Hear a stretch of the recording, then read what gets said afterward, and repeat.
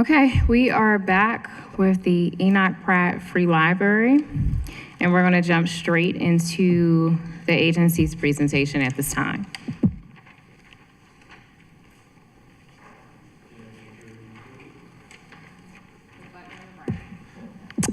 Can everyone hear me clearly? Wonderful. Good evening, council members and members of the public. I am Chad Helton, President and CEO of the Enoch Pratt Free Library, and I'm joined by several members of my team. This is my first time addressing this body since having moved to Baltimore in September of 2024, and I would like to begin by expressing my gratitude for being here and gratitude for all of the work that you all do. Over the past several months, I've been visiting branches and hosting community town hall meetings across all of the city to see what it is that Baltimoreans want from us directly and how we can do better to support their lives. And the message has been very clear. The Enoch Pratt Free Library is a trusted space for opportunity, connection, and growth. In 2024, nearly 1.2 million people came through our doors, and we circulated more than 2.4 million items, a 25% increase over the year prior. Furthermore, 123,000 people have participated in library programs, including early literacy, after-school activities, author talks, job workshops, and wellness services. Our fiscal year 2026 budget reflects three core priorities: maintaining our staffing levels, expanding our digital resources, and continuing capital improvements across our system. We are also expanding access through innovative approaches like our Pratt Anywhere Labs, providing technology and services in neighborhoods where it's needed most. We look forward to our first ribbon cutting at the Rita Church in just a couple of weeks. None of this would be possible without our amazing staff who bring our mission to life every single day. Before I go into our slides, again, I would like to thank you for your ongoing partnership and investment in the Enoch Pratt Free Library. I look forward to answering your questions today and working together to ensure that the Pratt Library remains one of Baltimore's most trusted, transformative institutions. Next slide. This is the service that we provide, which is information services as a library system.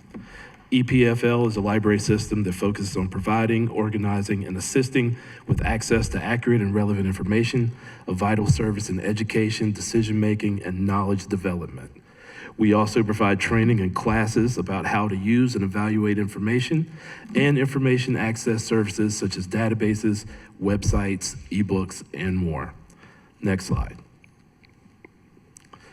The mission of the Enoch Pratt Free Library is to empower, enrich, and enhance the quality of life for all through equitable access and information services, and an opportunity for all, rich and poor, without distinction of race or color. We have three main goals. The first is to create a sustainable infrastructure, which we are accomplishing through a variety of HVAC upgrades, branch refreshes, and major construction projects. A standout example of this is our Johnson Square branch, where construction is currently underway and on track for completion in the fall, which will be one of our first new branches in many years, featuring a modern and welcoming space for the community.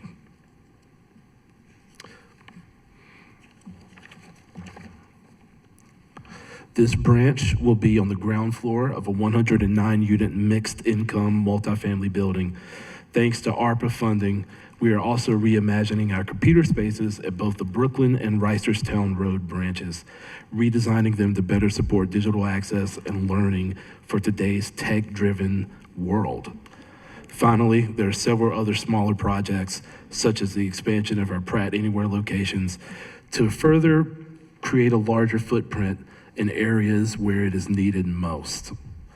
Our second goal is to build a strong organizational culture by investing in staff development, communication, and recognition. We believe that when employees feel supported and valued, they are better equipped to serve the community with passion and excellence. This includes providing ongoing training opportunities, encouraging collaboration throughout departments, and fostering an environment where people feel that they can share their ideas so that we can make their ideas come to fruition. And our third major goal,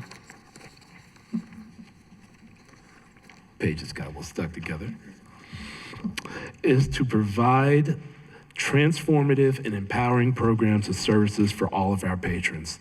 In fiscal year 24, more than 123,000 customers attended Pratt Library programs, including author events, after-school homework help, arts and STEM programs, job and career workshops, and more. Furthermore, over 5,000 library users took advantage of our social impact programs, including social worker in the library, housing navigators, peer navigators, wellness in the library, and our lawyer in the library program. So far this fiscal year, more than 24,000 individuals participated in our Summer Break Baltimore, which we just kicked off this weekend. And it's a program for all ages, a reading program, and more than 1,500 attended our Imagination Celebration Free Family Festival in March. Furthermore, nearly 8,000 people have attended Writers Live events featuring authors such as Justice Ketanji Brown Jackson, Eve, and John Grisham. We've also hosted 98 children's and young adult author events at the Pratt Library and Baltimore City Schools together in partnership, through which we've distributed more than 6,100 books. Next slide, please. We have three major budget highlights listed. One of our key budget priorities is maintaining current FTE staffing levels, which we are actively working to fulfill vacancies right now.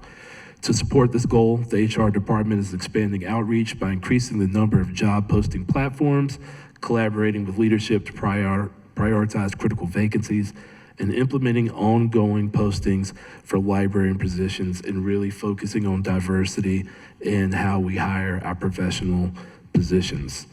This proactive approach ensures a continuous pool of qualified candidates and supports timely recruitment efforts.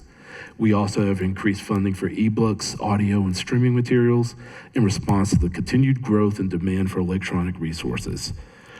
This rising demand is reflected in our year-over-year circulation data. In fiscal year 24, circulation increased by more than 25% overall compared to fiscal year 23, driven primarily by significant growth in e-materials. Usage was up 23%. Platforms offering improved access to e-materials such as Libby and Hoopla, along with the rising popularity of ebooks in general, has been a key driver of this trend. Physical materials have also continued to go past their post-pandemic rebound, with physical circulation increasing by 20%.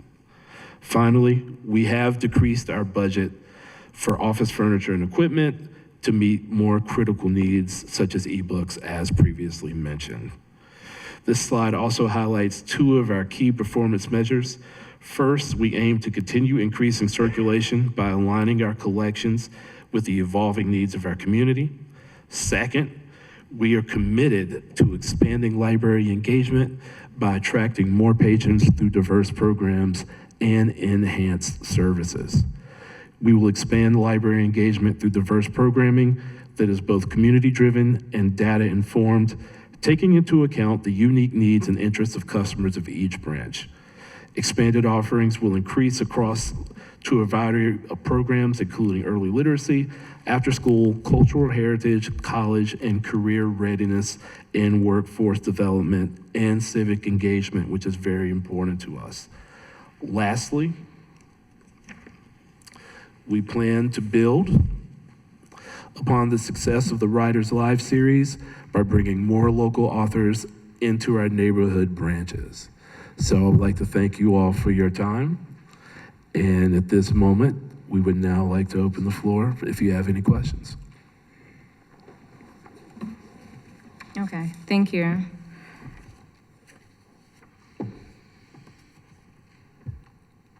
Okay, and thanks for your presentation. So I want to quickly go into within Service 788, it was acknowledged within the budget highlights that you are in fact increasing funding for books and periodicals replacements by $148,000. Within the agency detail book, however, it notes that there's a decrease in funding for miscellaneous spending in books, equipment, and part-time staffing by $165,000. Can you explain that note that was highlighted? Thank you for your question. I will defer to our CFO to answer that question at the moment. Chairwoman, are you referencing differences between the two between the executive summary and what is shown here in the library section of the agency detail? So I'm on page 79.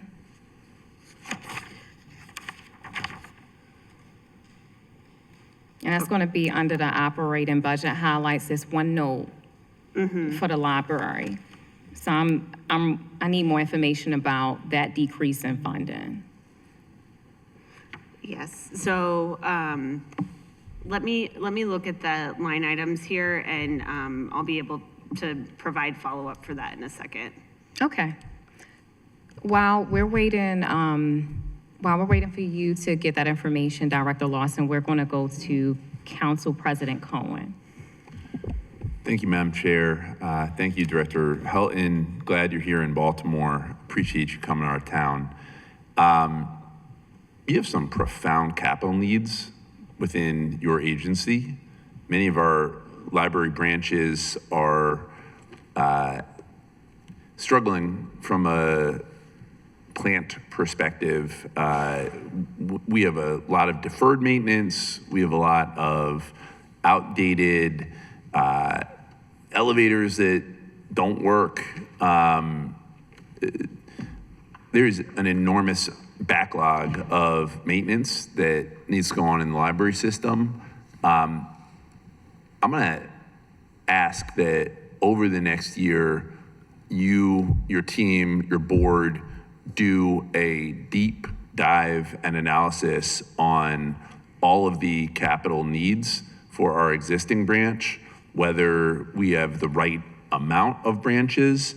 And I'm also gonna ask that you work closely with Vice President Middleton. I know that one of her priorities has been getting the Park Heights branch up and running. And so I'm gonna ask that you both come back to this council with just a really clear analysis of your capital needs, as well as that you work with our Vice President to make sure not in a year, not in 2 years or 3 years, but that this Park Heights branch that we've been talking about for a very long time gets built.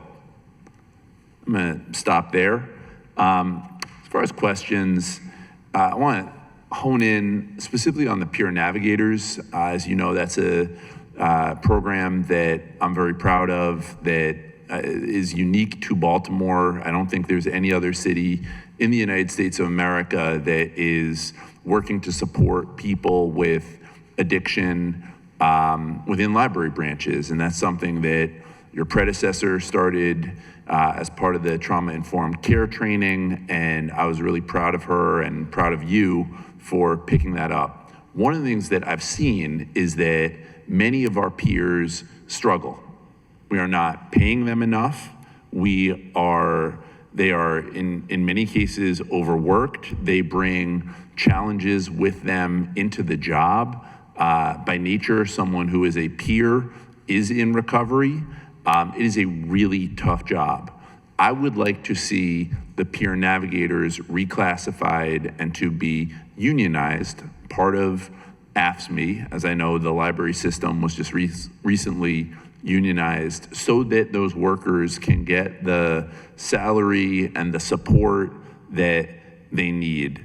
I'm also really proud that we were able to, thanks to our city solicitor, get you all $5 million to support that program.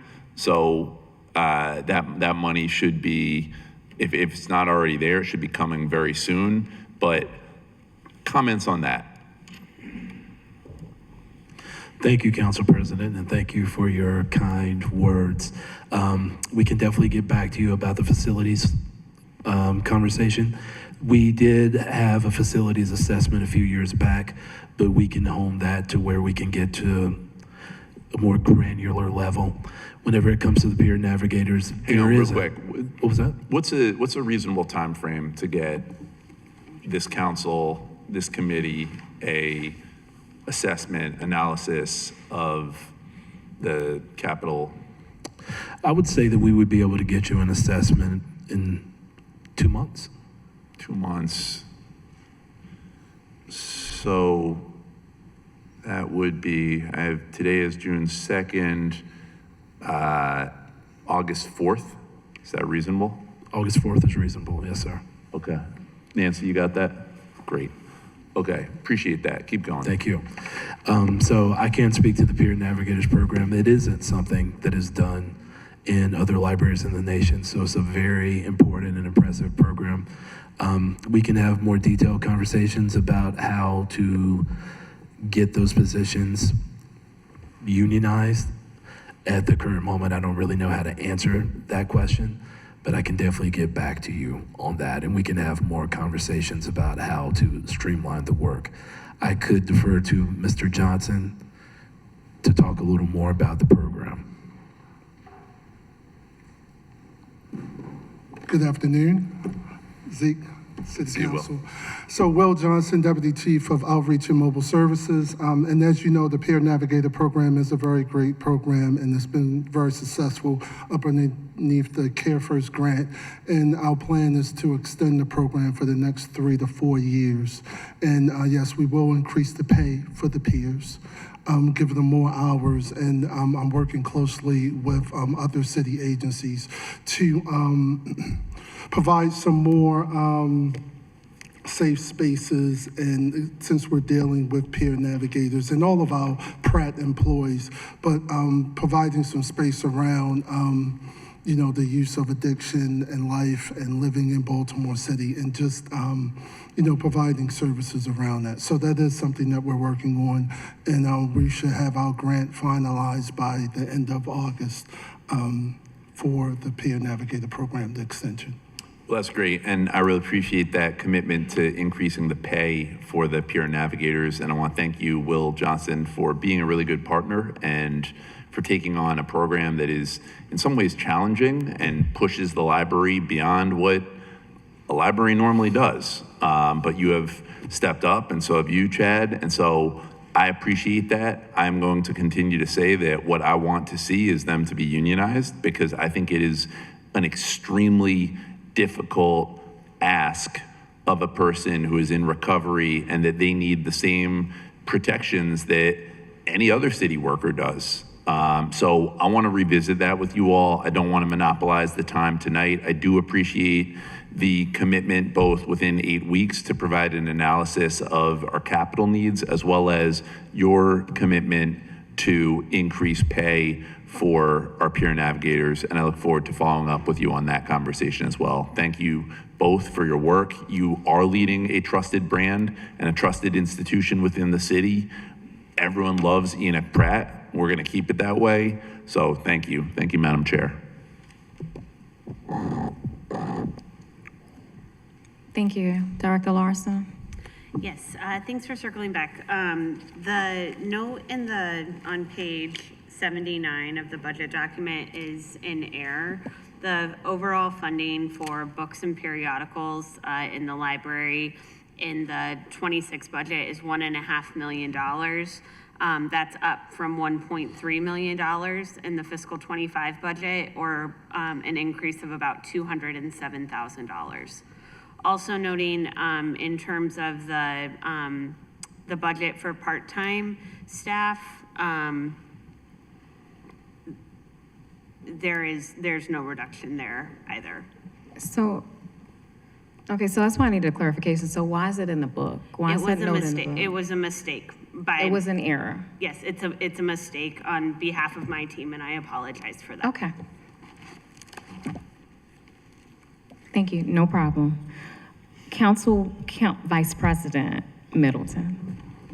Thank you, Madam Chair, and thank you for your presentation.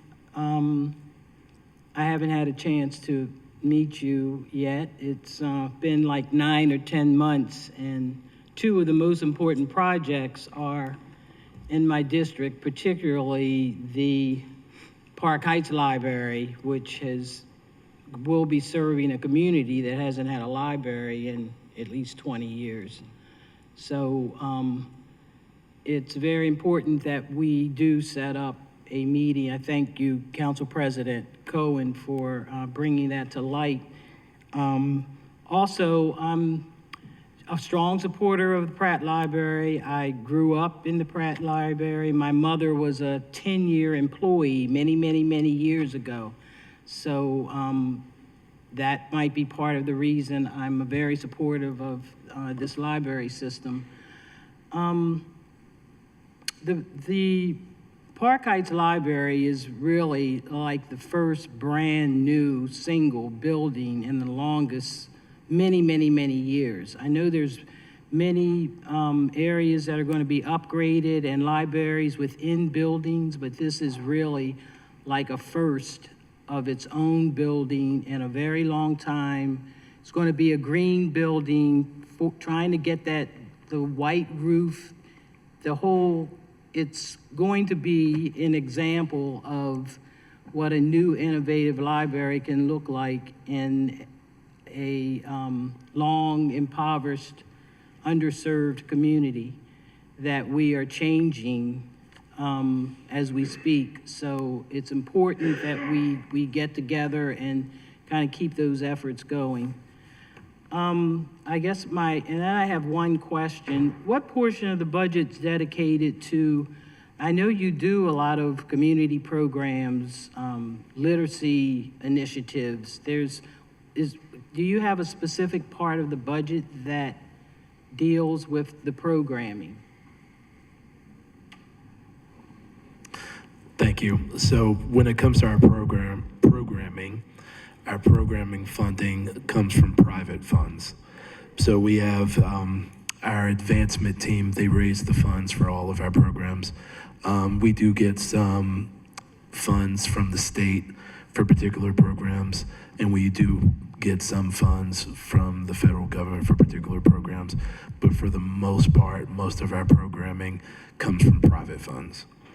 And so that tells me that it's very important with this new library coming up that you build a relationship with the Park Heights Renaissance and that PCDA board, because you're clearly going to need continued fundings, and we want to try to stay ahead of that curve. And this is my outreach that partnership needs to happen ASAP as well. Yes, ma'am. Thank you. Thank you, Madam Chair. Thank you. We're going to go to Councilman Gray at this time.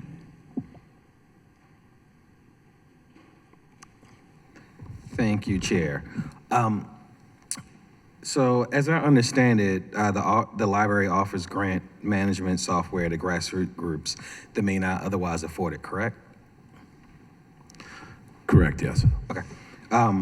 Which is a great help. But I've also heard there's been limited access to folks' ability to actually attain some of that help, which includes the program is only offered at the main library.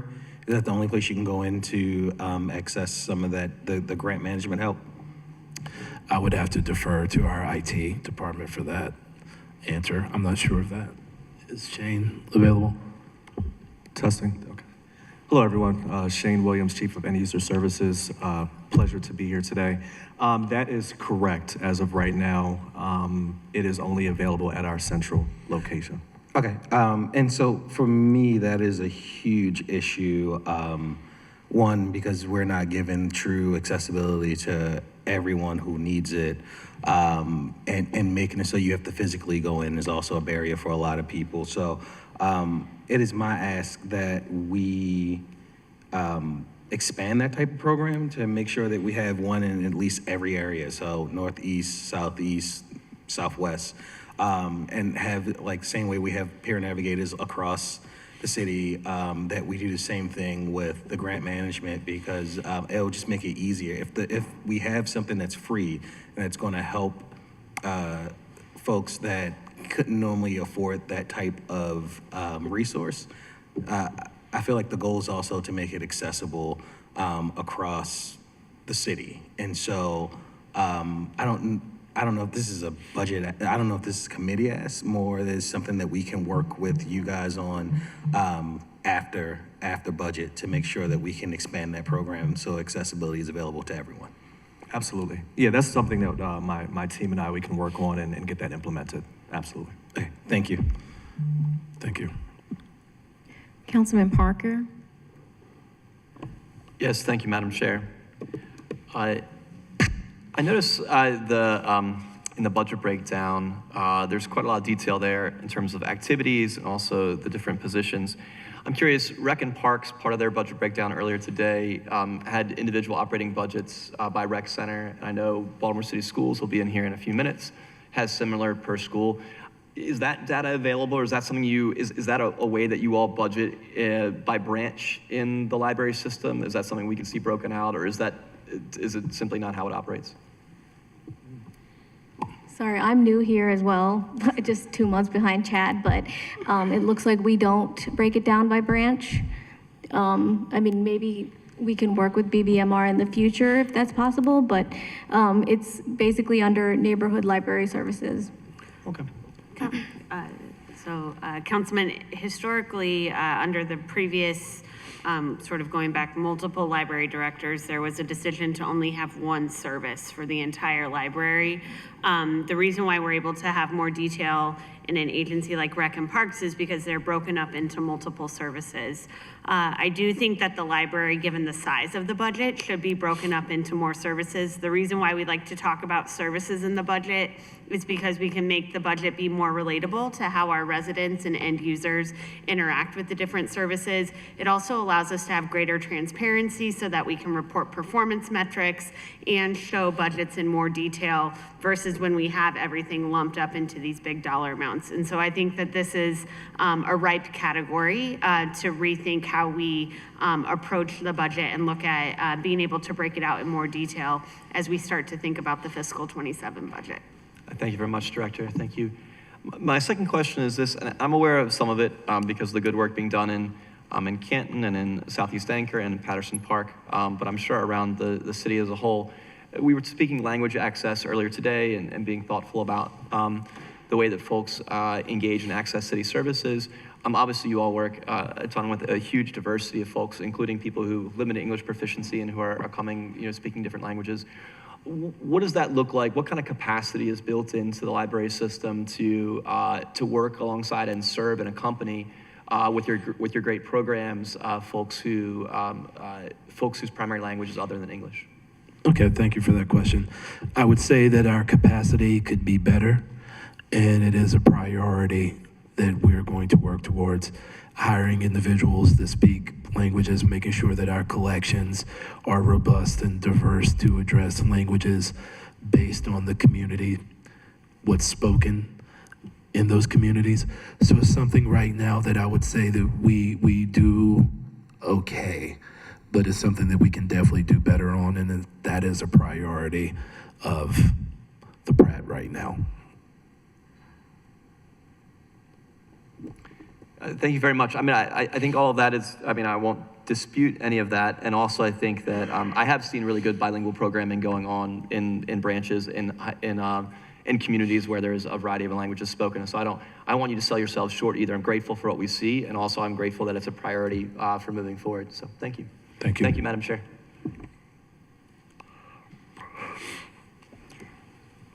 Thank you. So we're going to be recessing this hearing. We want to thank the Enoch Pratt for Library for joining us this evening.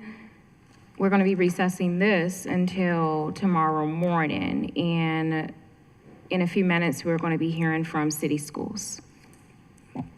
Thank you.